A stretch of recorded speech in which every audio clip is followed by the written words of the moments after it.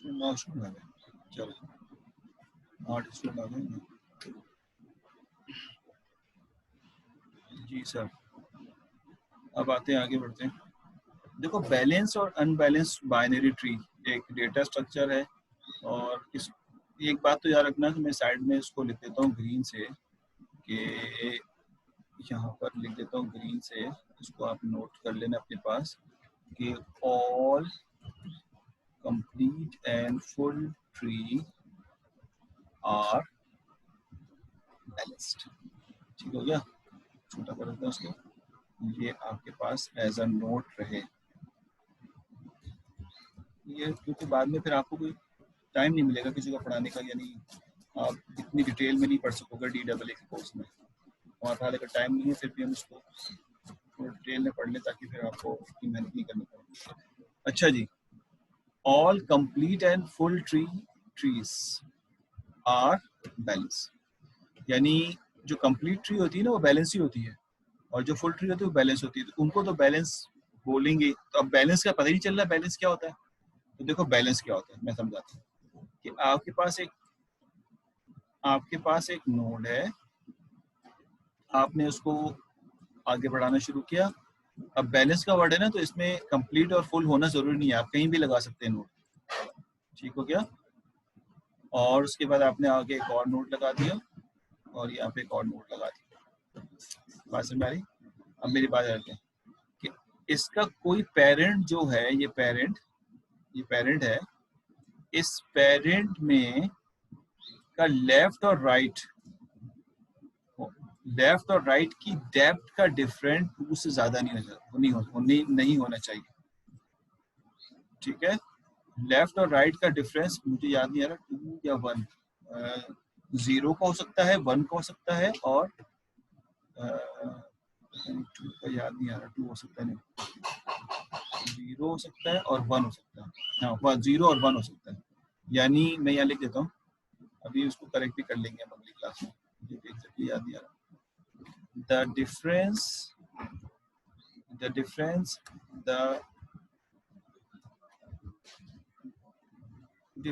of the depth of 2 branches of a node should not be exceed by 1 या 2, याद नहीं आ रहा, 1, इसको करेक्ट कर लेंगे, सही है 2 है या 1 है, मुझे भी इसको देखते हैं। यानी क्या मतलब है, इस बेसिस पे जो डेफिनेशन मैंने लिखी है उस बेसिस पे ये अभी जरा मुझे, यानी अगर आप इस वाले नोड पे खड़े हैं और आपने इसके लेफ्ट और राइट के डेप्थ निकाली, लेफ्ट साइड की डेप्थ, मैक्सिमम डेप्थ इसकी 1 है, ये 1 है। ठीक है, लेफ्ट साइड की मैक्सिमम डेप्थ कितनी है, अगर इसको 1 से भी काउंट कर रहे हैं तो चलो 1 से काउंट कर लो, तो डेप्थ इसकी जो है वो 1 2 हो गई। वैसे तो मैं हमेशा ये देखता हूँ कि आगे कितना जा रहा है तो उसको आप डेप्थ कह रहे हैं, जैसे यहाँ पढ़ रहे वैसे यहाँ पढ़े, दोबारा बता रहा हूँ समझने की कोशिश करना।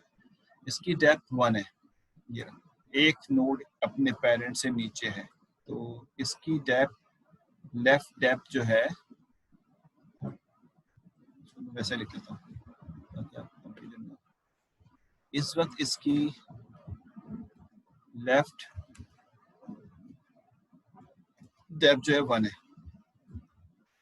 ठीक है ना, और राइट डेप्थ देख लो कितनी है, इसकी राइट डेप्थ है 1 2 3 है, तो राइट डेप्थ जो है वो 3 है, तो यहाँ लिख लो राइट डेप्थ 3,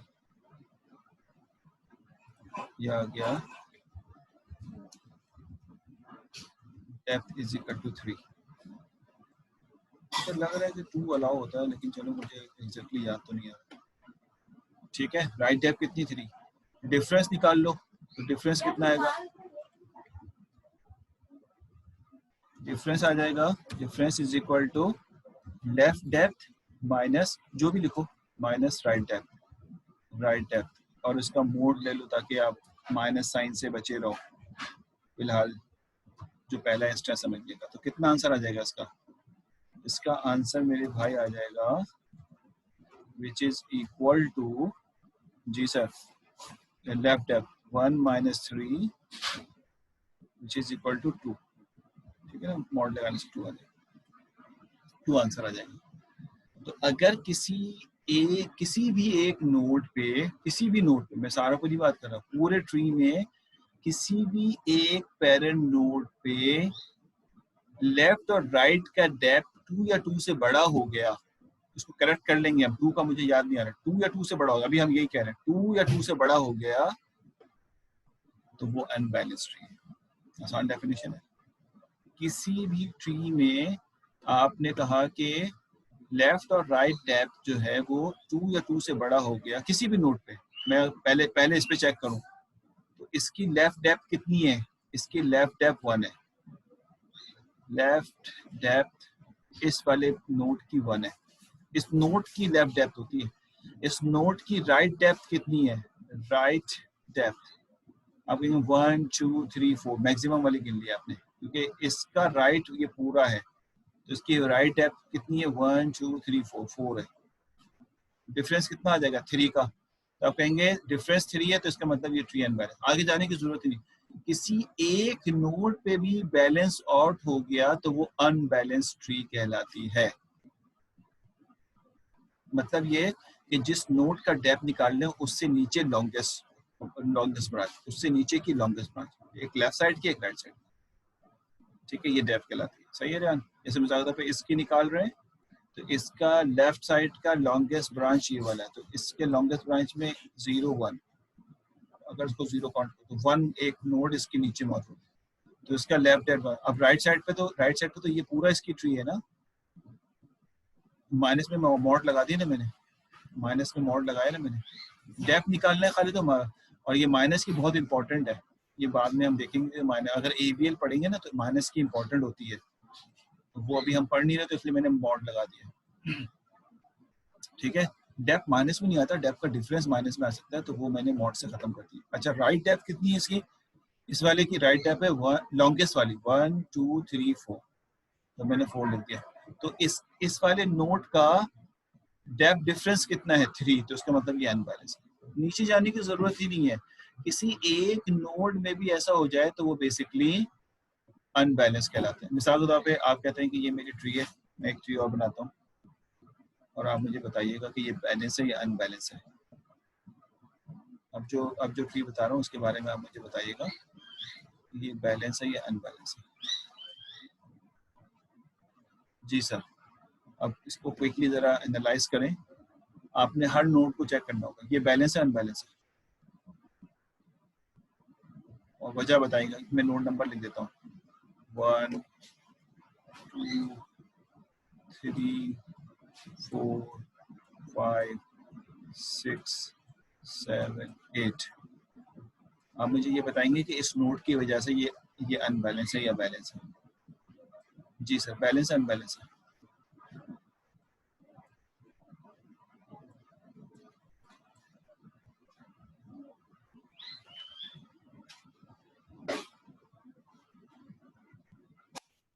मामला है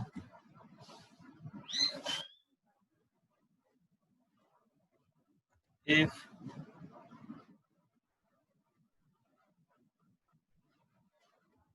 left depth minus right depth is less than 2, then balance.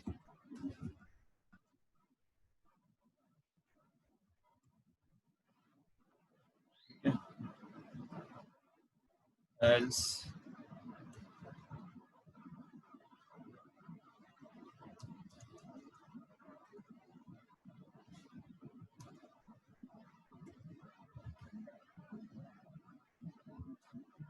देर लगा दी उन्होंने आंसर देने में, सिंपली बताना है कि ट्री बैलेंस है अनबैलेंस है।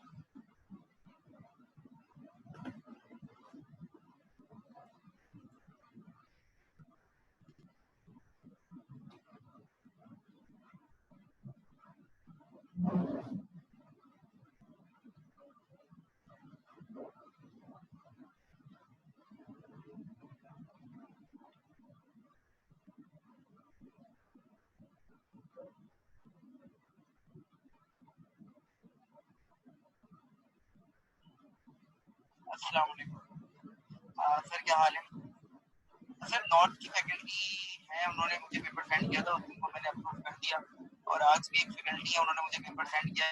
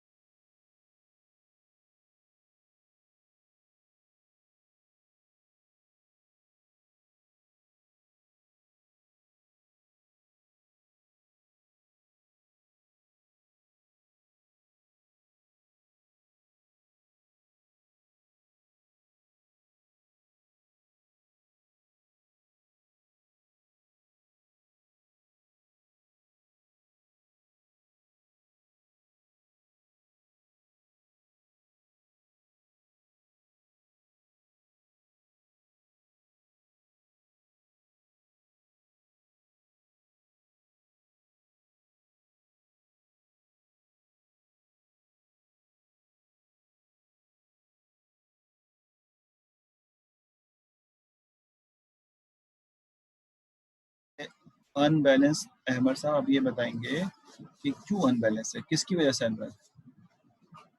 ठीक है, चलिए आइए अब हम बैलेंस हर नोड पे चेक करेंगे, बैलेंस अनबैलेंस। ठीक, आइए चेक करते हैं। देखिए वन पे लेफ्ट डेप्थ कितनी है, वन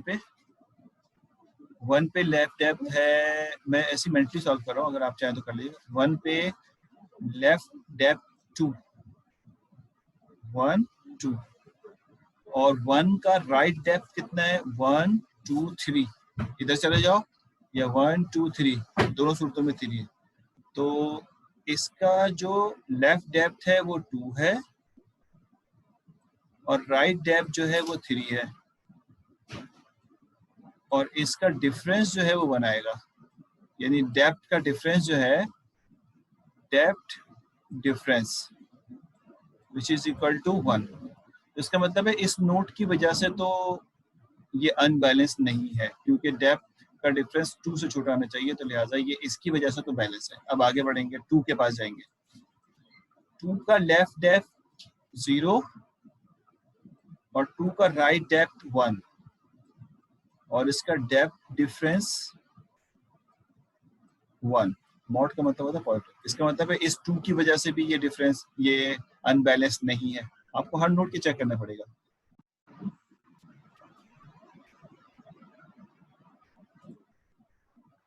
क्या मैं समझाऊं, सारा ही डिलीट हो गया हो, क्या हो रहा है पता नहीं।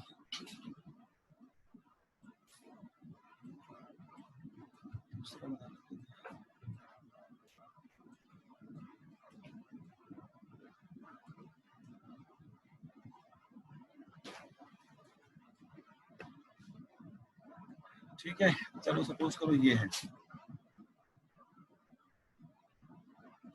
अब मैंने जैसे बताया कि इसका ये जूम पढ़ने नहीं देगा।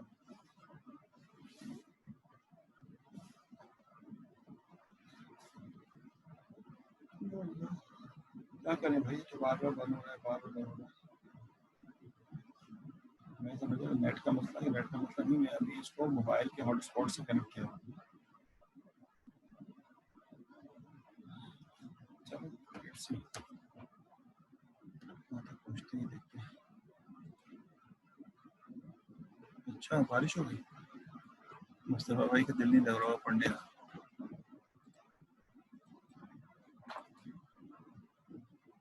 अच्छा जी, मैं बस ये समेटता हूँ उसको भी, ये बार आखिरी बार बता के जा रहा हूँ, कंप्लीट कर रहा हूँ। मैं बता रहा ये था कि ये हमारे पास एक नोड है, ये दूसरी नोड है, और इस तरह से ये कुछ नोड लगे हुए हमारे पास। ठीक है ना, कंट्रोल सी, और मैं कह देता हूँ कि ये नोड है,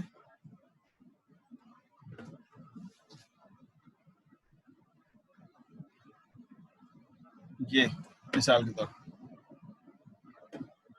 तो देखो आप ना हर नोड पे इसके लेफ्ट और राइट डेप्थ निकालेंगे और डिसाइड करेंगे कि बैलेंस है नहीं। मैंने फार्मूला पीछे लिख दिया था। सबसे पहले इसकी बारी आएगी। इसका लेफ्ट डेप्थ है 1 2, यानी जो इसके लेफ्ट में जो दो नोड इसकी हाई लॉन्गेस्ट ब्रांच है वो उसका लेफ्ट डेप्थ है। तो आप चाहो तो लिख लो यहाँ पे कि इस नोड का, जिस नोड पे मैं खड़ा हूँ अभी, इसका लेफ्ट डेप्थ जो है वो 2 है। ठीक है ना, लेफ्ट डेप्थ 2 है। एंड इसी नोड का राइट डेप्थ जो है, राइट डेप्थ देख लो कितनी है। यहाँ से देखो 1 2, ये नहीं, 1 2 3 4, तो राइट डेप्थ इसका 4 है।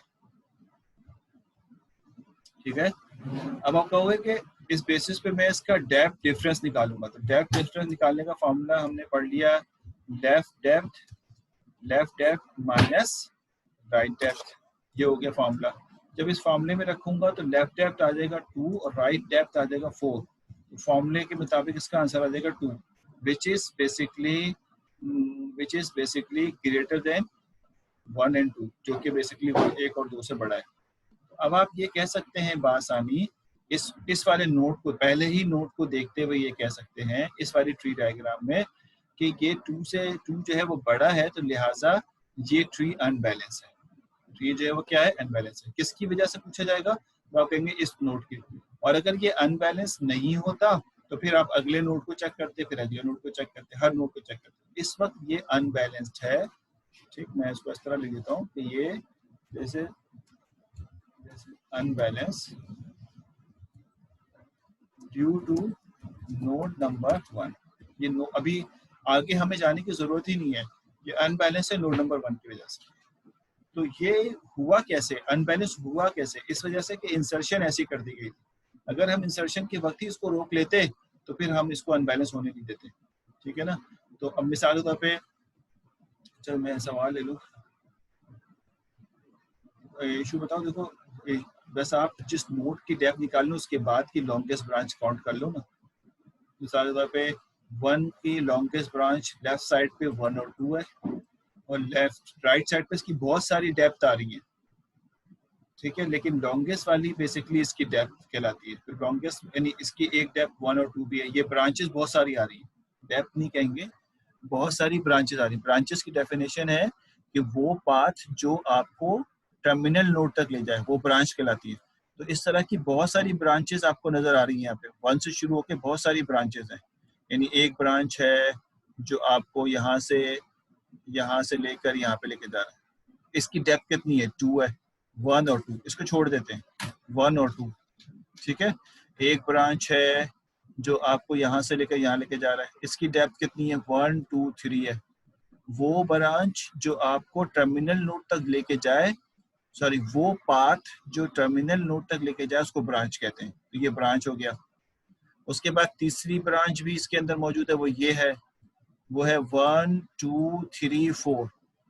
अब इन ब्रांच, इस 1 की बहुत सारी ब्रांचेस है, इन ब्रांचेस में से जो सबसे लॉन्गेस्ट ब्रांच होगी वो इसकी राइट डेप्थ होगी। सही है बात समझ में आ रही है। और इसकी लेफ्ट डेप्थ क्या होगी, इसकी डेप्थ के ऑप्शन ही नहीं है, एक ही ऑप्शन है। तो वो ऑप्शन क्या है, वो ये वाला ऑप्शन है। तो इसकी लेफ्ट डेप्थ 2 है।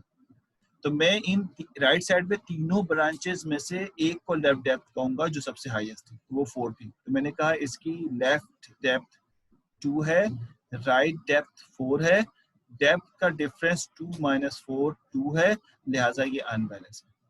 2 से बड़ा, 2 या 2 से बड़ा आ जाए अनबैलेंस है। ठीक है ना। अब अगर एक और ट्री बनाते हैं इसके बेसिस पे, मिसाल के तौर पे ये एक ट्री है,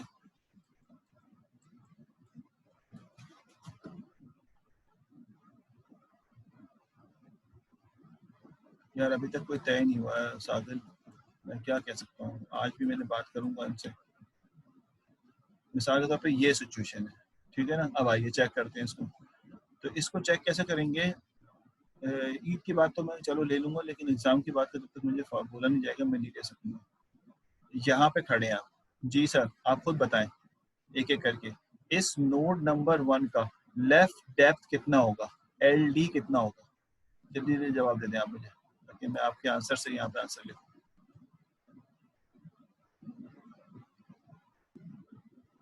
2 भाई साहब कहते हैं, और लोग को बताएं। 2 सही है, चलो इसका समझ में आ गया। यानी इसके पास दो ब्रांचेस हैं, एक ब्रांच है 1 2 इस डायरेक्शन में और एक ब्रांच है 1 2 इस डायरेक्शन में, लेकिन दोनों की डेप्थ 2 ही है, तो लिहाजा हमें दोनों में से किसी को भी कंसीडर करके 2 कह देंगे। और राइट डेप्थ के बारे में क्या ख्याल है?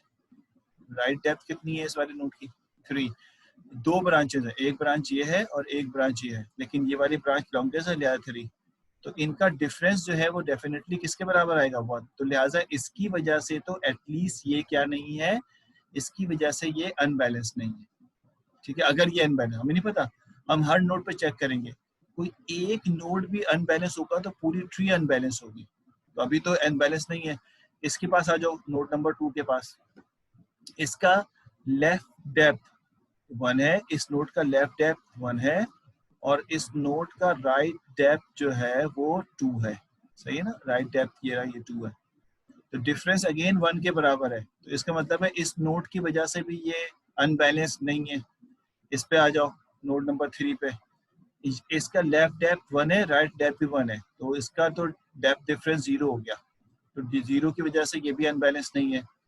और इस नोड पे आ जाओ तो इसका लेफ्ट डेप्थ 1 है, लेफ्ट डेप्थ 1 है और राइट डेप्थ जो है इसका 0 है, तो इनका डिफरेंस भी 1 हो गया, तो इसका मतलब है इस नोट की वजह से भी ये अनबैलेंस है। अच्छा, टर्मिनल नोट का निकालने की जरूरत नहीं क्योंकि वो तो 0 ही आएगा, क्योंकि लेफ्ट और राइट दोनों डेप्थ 0 है इसके, तो ये तो 0 आएगा। तो किसी भी नोट का डेप्थ डिफरेंस 2 या 2 से बड़ा नहीं है, लिहाजा ये ट्री इस वक्त बैलेंस्ड है। जब ट्री बैलेंस्ड हो तो नॉर्मली उसके लिए सीक्वेंशियल एरे भी इस्तेमाल किया जा सकता है, आसानी होती है, इसमें कम डेटा लॉस होता है। ठीक है, तो ये हमारे पास आज का लेक्चर जो है, यहाँ तक हम इसको ब्रेक करते हैं, क्योंकि अगली क्लास में अब मैंने आपको ये सारी ट्री की प्रिमिनरी इस ट्री की सारी बातें बता दी हैं, और अब हमारा मेमोरी रिप्रेजेंटेशन और हर चीज़ मैंने आपको समझा दी है। अब हमने यानी ट्री को पढ़ाने में जो 4 चीज़ें हमें पढ़नी थी, introduction, memory representation, algorithm and time complexity, उसमें से 2 चीज़ें हमने पढ़ ली हैं, इंट्रोडक्शन एंड मेमोरी रिप्रेजेंटेशन। अब इसकी खूब प्रैक्टिस हो जाएगा, मैं इंशाल्लाह कोशिश करूँगा कि इसको अपलोड कर दूँ। उसके बाद नेक्स्ट क्लास में क्लियरली लिखा हुआ है कि we have to move towards the traversing algorithm. If you want to traverse inside the tree, how to do basically, because is simple in array data structure. अगर simple array data structure होता है, traversing is not a big deal because we have to move from 1 to 2, 2 to 3, 3 to 4 and 4 to 5 because ये sequential है, आगे बढ़ता है। लेकिन tree में नोड्स होते हैं, तो इस नोड्स में कैसे पता चलेगा कि पहले किसको पढ़ना है बाद में किसको पढ़ना है? तो we have basically 3 standard way to find the traversing inside the tree, which is basically pre-order, in order and post-order. We have to learn firstly in the diagrammatic way and then we will learn basically algorithmic way. तो इन दोनों तरीकों से हमें पढ़ना है। जब हमें ये आ जाएगा पढ़ने तो फिर हम बाइनरी सर्च ट्री पे जाएंगे जो आखिरी टॉपिक होगा। वैसे तो हमारा आखिरी टॉपिक ग्राफ पे जाके हेड होना चाहिए था, लेकिन क्योंकि मजबूरी और टाइम है तो हम इसको बेसिकली ग्राफ तक नहीं पहुंच सकेंगे और हम आखिर में इसको बाइनरी सर्च ट्री तक पढ़ के खत्म कर देंगे। ठीक है ना, तो अटेंडेंस की तरफ आते हैं। अटेंडेंस की इशू, अच्छा जी सर, थोड़ा वाइवा का रिलेटेड बता दें यार, ये यहाँ किस कौन सा वाइवा ये बताओ। शाम वाला, देखो भाई मैंने मिड टर्म के रिजल्ट लगा दिए हैं और बहुत अफसोस के साथ ये कहना पड़ता है कि आप में से कुछ लोगों की कॉपियाँ तो ऐसी हैं जो कि बिल्कुल सिर्फ नाम चेंज करके नजर आई होंगी। तो मैं अपने जस्टिफिकेशन चाहता हूँ कि आपने वाकई ये काम खुद किया और नकल किया है तो क्यों किया है। हो जाता है इंसान से गलती हो जाती है, तो उस वक्त प्रेशर में इंसान नकल कर जाता है, तो वो हमारा अपना फर्ज है कि भाई कीट के स्टूडेंट ऐसे हों जो कि बेसिकली कहते हैं ना बिल्कुल state of the art student होने चाहिए, नकल शक्ल करके पास करने वाले स्टूडेंट ना हो। तो वो बेसिकली थोड़ा सा शक व शुबात के बेसिस पे कॉपियाँ डिक्टो कॉपी एक जैसी होनी नहीं चाहिए, तो उसके बेसिस पे कुछ लोगों की कॉपियाँ 50% भी मैंने माफ़ कर दिया, लेकिन 50 से ऊपर वालों को मैंने वाइवा की तरफ बुला दिया। तो वो बस आप वाइवा जो है ना वो आपके एग्ज़ाम पेपर से ही होगा, मैं बाहर से कोई वाइवा नहीं लेने जा रहा। जो आपने फाइनल एग्ज़ाम दिया है उन्हीं के सवालात में खोलूँगा, आपकी कॉपियाँ आपके सामने शो करूँगा और उन्हीं में से आपसे क्वेश्चन पूछूंगा, आपकी कॉपियों में से जो आपने कॉपी सबमिट कराई थी। ठीक है, जो लोग वाइवा के लिए शाम में प्रिपेयर हो रहे हैं वो इस तरह ध्यान में रखें कि आपसे फाइनल एग्जाम के क्वेश्चंस के सॉल्यूशन जो आपने किए उसी के बारे में पूछा जाएगा, जो आपने अपनी कॉपी में किए, कि आपने खुद किए या कॉपी किए उसको। अच्छा है, अटेंडेंस की तरफ आते हैं। 12 स्टूडेंट हैं, 2 गायब हैं। अच्छा जी, तो जो 2 गायब हैं वो कौन है? एक स्टूडेंट नोरमा की देर से आई है, नहीं आई है, पहले में तो नहीं थी। शेब अभी तक तो यही है कि पहले होने के बाद में बता दूंगा, तो आप तैयारी करें पक्की। अच्छा नोरमा, आप पहले में कहाँ थी? सर फाइनल एग्जाम मतलब 31 से पहले तो नहीं होंगे ना, मतलब ईद के बाद होंगे? फाइनल एग्जाम जी सर। 5 तारीख से, 5 अगस्त से।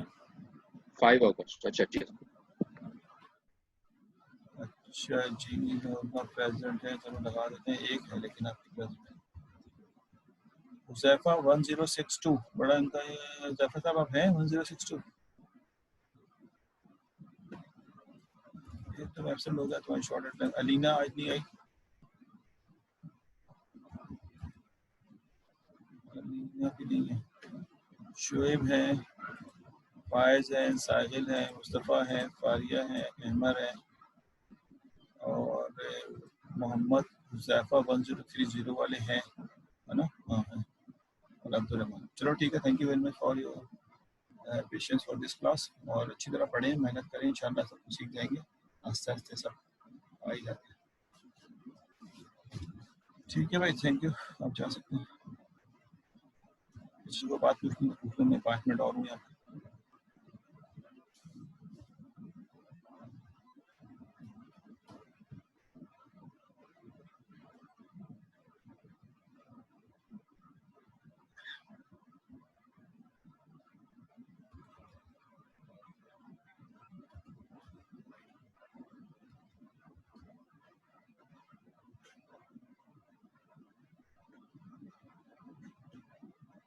हाँ मैं रियान कोशिश तो कर रहा हूँ, देखो 1-2 दिन में बता दूंगा, आज या कल बता दूंगा, वरना ईद के बाद ले लेंगे किसी एक्स्ट्रा क्लास में, ईद के बाद दे देंगे।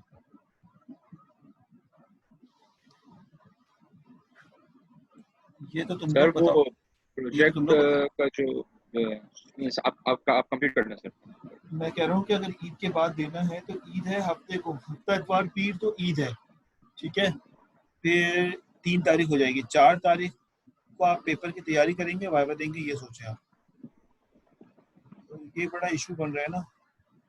और सर तो 5, मतलब इस वीक में सैटरडे से पहले पहले दे सकते हैं?